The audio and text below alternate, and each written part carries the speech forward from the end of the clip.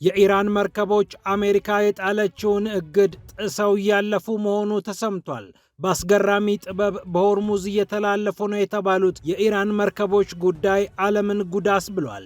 ይህ እንደተጠበቀ ሆኖ የኦማን ባህረ ሰላጤ የአሜሪካ የጦር መርከቦች መቀበሪያ ይሆናል ስትል ሀገረ ኢራን አስጠንቅቃለች። የእስራኤል ኮማንዶዎች ደግሞ ድንበር ተሻግረው የፈጸሙት ኦፕሬሽን መነጋገሪያ ሆኗል። ወደ ጋዛ እርዳታ ለማቅረብ የሞከሩት ጀልባዎች በቁጥጥር ስር መዋላቸው ሲሰማ የአየርላንድ ፕሬዝዳንት እህት በቁጥጥር ስር ከዋሉት መካከል ይገኙበታል ተብሏል። የእስራኤል ጦርም የሰራቸው ስራዎች በካሜራ ቁልጭ ተደርገው መያዛቸው ልዩ ትኩረትን ስቧል። ሩሲያ በዩክሬን ድሮኖች ከተሞቿ መመታታቸውን ተከትሎ ከባድ የበቀላ ዘመቻ ጀምራለች። ጥቁር ባህርን ያናወጠው ይህ የሩሲያ ጥቃት የተለያዩ መርከቦች እንዲነዱ ምክንያት ሆኗል ተብሏል። ዩክሬን ደግሞ ከተመቱት መርከቦች መካከል የሩሲያ ወዳጅ የሆነችው ቻይና ያሰማራችው መርከብ ይገኝበታል ስትል በሩሲያና ቻይና መሃል ንፋስ ለማስገባት ሞክራለች። ከባህርና ከምድር የተለቀቁት ድሮንና ሚሳኤሎች ዩክሬንን ክፉኛ እንደመቱም እየተገለጸ ይገኛል። በሌላ በኩል ለሰርግ የተሰባሰቡት እድምተኞች ከባድ የድሮን ጥቃት ተፈጽሞባቸው 10 ሰዎች ሕይወታቸው አልፏል። በዓለም የተገናኙት ሰርገኞች በሞት መሸኘታቸው ብዙዎችን አሳዝኗል። ፒያሳ ኔትወርክን ስትከታተሉ ሁሉንም በጥልቀት ታገኛላችሁ። ፒያሳ ኔትወርክን ሰብስክራይብ፣ ላይክ እና ሼር በማድረግ የፈጣን የተአማኒና የጥልቅ ዘገባዎች ቤተሰቡን ስንል በአክብሮት ጋብዘናል። አሁን ወደ ጉዳዮቻችን አለፍን።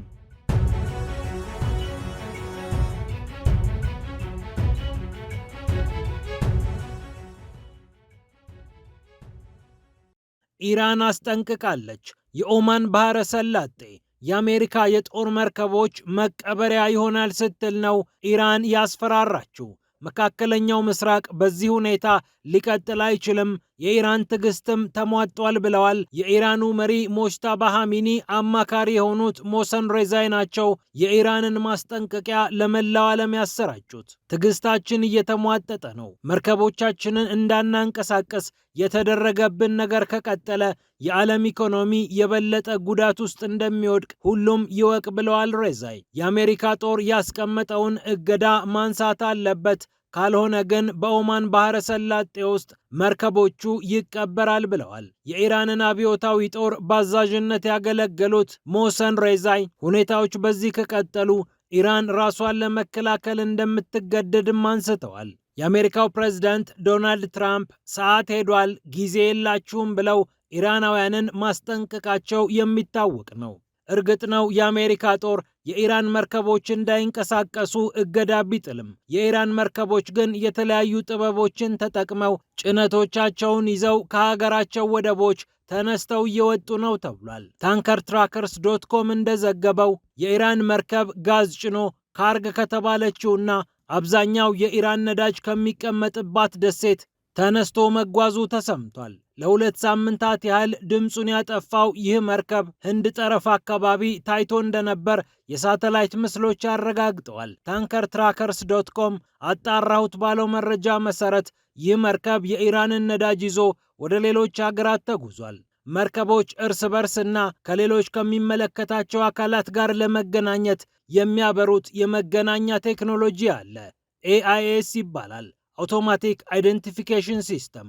እያንዳንዱ መርከብ ማንነቱን፣ መታወቂያውን በዚህ ስርዓት አማካኝነት ያሳያል። ይሁንና የኢራን መርከቦች ይህንን መገናኛ በማጥፋት ሹልክልክ ብለው ነዳጃቸውን ጭነው ወደ ፈለጉበት ቦታ እየሄዱ እንደሆነም ተሰምቷል።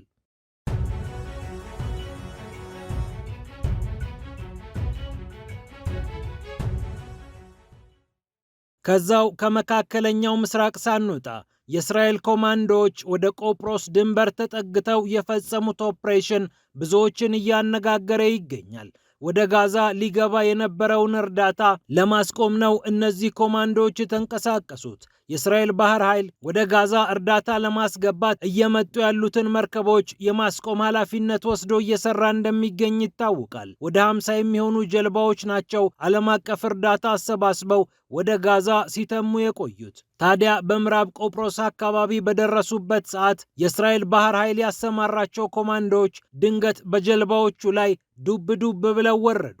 ግሎባል ስሙድ ፍሎቲላ GSF የተባለው ንቅናቄ ወደ ጋዛ እርዳታ ማድረስ አለብን፣ እስራኤል ለጋዛ ሕዝብ እርዳታ ከልክለዋለች በሚል ስሜት ነው ተነስቶ ስራውን እየሰራ የሚገኘው። ወደ ጋዛ ለመግባት 460 ኪሎ ሜትር ገደማ ሲቀረውም በእስራኤል ጦር ኃይል በቁጥጥር ስር ውሏል። ይህ የጀልባዎች ስብስብ ኮማንዶዎቹም በጀልባዎች ላይ ዱብ ዱብ ብለው እየወረዱ በቁጥጥር ስር መዋላቸውን መገናኛ ብዙሃን ዘግበዋል።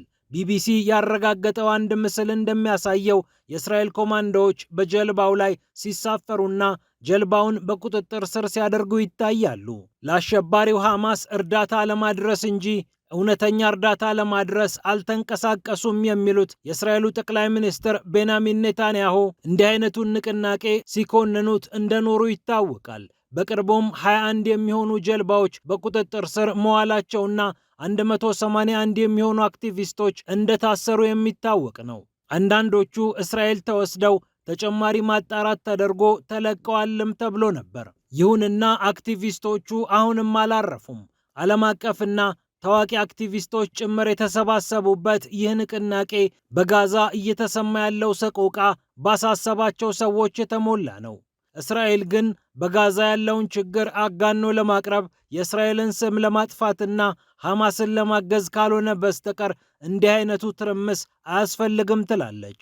ርካሽ የህዝብ ግንኙነት ሥራ ሊሰሩ የመጡ ሰዎች ናቸው እያለች እርዳታ አሰባሳቢዎቹን ከነ ሐሳባቸው ትቃወማለች። ታዲያ በእስራኤል ተይዘዋል ከተባሉት ሰዎች መካከል ዶክተር ማርጋሬት ኮኖሊ ይገኙበታል። የአየርላንድ ፕሬዝዳንት ካትሪን ኮኖሊ እህት ናቸው። ይህንን ቪዲዮ የምትመለከቱ ከሆነ በእስራኤል ጦር ታግተናል ማለት ነው። እኔ ያለሁባት ጀልባ በእስራኤሎች ተይዛለች። ነገር ግን ባደረግኩት ነገር ኩራት ይሰማኛል። በጣም ትልቅ የሚባል ንቅናቄ ላይ ነን ብለዋል። ከዚህ ቀደምም በአውሮፓ የሚገኙ የፓርላማ አባላት ታዋቂዋን አክቲቪስት ግሬታ ተንበርግን ጨምሮ ሌሎች ዕውቅ ግለሰቦች ወደ ጋዛ ሊሄዱ ሲሉ በቁጥጥር ስር መዋላቸው የሚታወቅ ነው። ታዲያ እርዳታ ለማድረግ የሚንቀሳቀሱት አብዛኞቹ የአውሮፓ ሰዎች መሆናቸው የጋዛ ጉዳይ ምንኛ ዓለም አቀፍ ይዘት እንደያዘ አመላካች ሆኗል።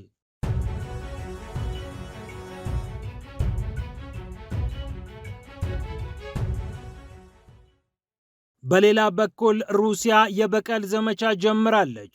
የዩክሬን ድሮኖች የሩሲያ ከተሞችን መምታታቸውን ተከትሎ ሩሲያ እጅግ መጠነ ሰፊ የሚባል ጥቃት በዩክሬን ላይ እየፈጸመች ይገኛል። 524 የሚሆኑ ድሮኖችን በአንድ ጀንበር ወደ ዩክሬን የላከችው ሩሲያ የቻይናን መርከብ መታለች ስትል ዩክሬን አሳውቃለች። የሩሲያው ፕሬዝዳንት ቭላዲሚር ፑቲን ወደ ቤጂንግ ከማቅናታቸው አንድ ቀን ቀደም ብሎ ይኸው የቻይና መርከብ ተመታ ስትል ዩክሬን በፕሬዝዳንቷ ጭምር ፕሮፓጋንዳ ለመስራት እየሞከረች ትገኛለች። የዩክሬን የወደብ አስተዳደር በበኩሉ 2 የሲቪል መርከቦች ተመተዋል። ሁለቱ በተለያየ ሰንደቅ ዓላማ ሲሄዱ የነበሩ መርከቦች ጉዳት ደርሶባቸዋል ብሏል። አንደኛው በማርሻል ደሴቶች፣ ሌላኛው በጊኒ ቢሳው ሰንደቅ ዓላማ ነበር በኦዴሳ አካባቢ ሲንቀሳቀሱ የነበሩት ብሏል አስተዳደሩ። በጥቁር ባህር ላይ መጠነ ሰፊ ጥቃት የፈጸመችው ሩሲያ KSL ዴያንግ የተሰኘውን ንብረትነቱ የቻይና የሆነውን መርከብ እንደመታች ከዩክሬን አካባቢ በተቀናጀ መልኩ የተለቀቀው መረጃ ይጠቁማል። የዩክሬኑ ፕሬዝዳንት ቮሎዲሚር ዜሌንስኪም መቼም መርከቡ የቻይና መሆኑ ሩሲያን ይጠፋታል ብዬ አላስብም በማለት ቻይናንና ሩሲያን የማያያዝ ሥራ ሰርተዋል።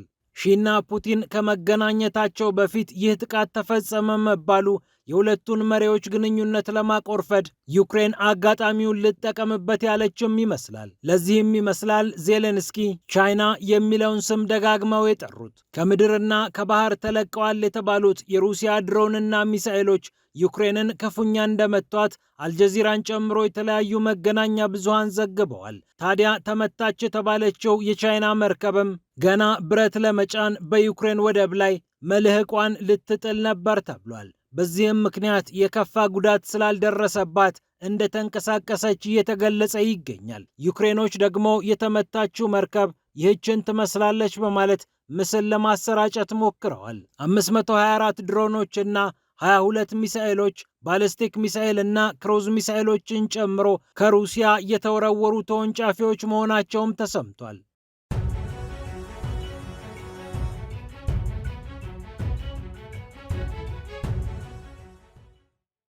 በመጨረሻም አፍሪካዊቷ ማሊ አሁንም አሰቃቂ ዜናዎችን መስማቷን ቀጥላለች። ለሰርግ የተሰበሰበው እድምተኛ በድሮን መመታቱ ተሰምቷል። ከአልቃይዳ ጋር ግንኙነት ያላቸው ታጣቂዎች ማዕከላዊ መንግስቱን በፈተኑበት ሰዓት የሀገሪቱ ጦር እልህ አስጨራሽ ጦርነት አድርጎ በሩሲያም ታግዞ መንበሩን ማጽናቱ የሚታወቅ ነው። ታዲያ በሞተር ብስክሌት ሰብሰብ ብለው የነበሩት ሰርጉን ለማጀብ የተንቀሳቀሱት እድምተኞች በድሮን መመታታቸው ብዙዎችን አሳዝኗል። የማሊ ጦር የፈጸመው ይህ ጥቃት በዓለም የተገናኘውን እድምተኛ ለሐዘን ዳርጎታል ነው የተባለው። በቅርቡ አክራሪዎቹ ታጣቂዎች የማሊን መንግስት ለማውረድ የተቀናጀ ጥቃት ፈጽመው ምናልባትም በምዕራባውያን እየታገዙ ረጅም ርቀት ሄደው የነበረ ቢሆንም በሩሲያና ማሊ ትብብር ይህ ንቅናቄ ሊከሽፍ ችሏል። ጀማት ኑስራት አልኢስላም ዋል ሙስሊሚን ወይም ጅኒም በመባል የሚታወቀው እንዲሁም የተዋረግ ጎሳዎች ንቅናቄ አዛዋድ ነፃ አውጪ ግንባር በጋራ በመጣመር ነበር ዘመቻውን ከፍተው የነበሩት። የመከላከያ ሚኒስትሯን በዚህ ጥቃት ያጣችው ማሊ እንደምንም ብላ አመጹን ማክሸፍ ብትችልም አሁንም እነዚህ ቡድኖች በስፋት እየተንቀሳቀሱ ይገኛሉ። የኢራን ጦርም ከባለፈው ጥቃት በኋላ በተደናገጠ መልኩ የሚፈጽማቸው ጥቃቶች ሲቪሎችን እየጎዱ እንደሆነ እየተሰማ ነው። ፒያሳ ኔትወርክን ስትከታተሉ ስለቆያችሁ ክብረት ይስጥልን ብለናል። ፒያሳ ኔትወርክን ሰብስክራይብ፣ ላይክ እና ሼር በማድረግ የፈጣን የተአማኒና የጥልቅ ዘገባዎች ቤተሰቡን ስንል በአክብሮት ጋብዘናል። ሰላም ለዓለማችን።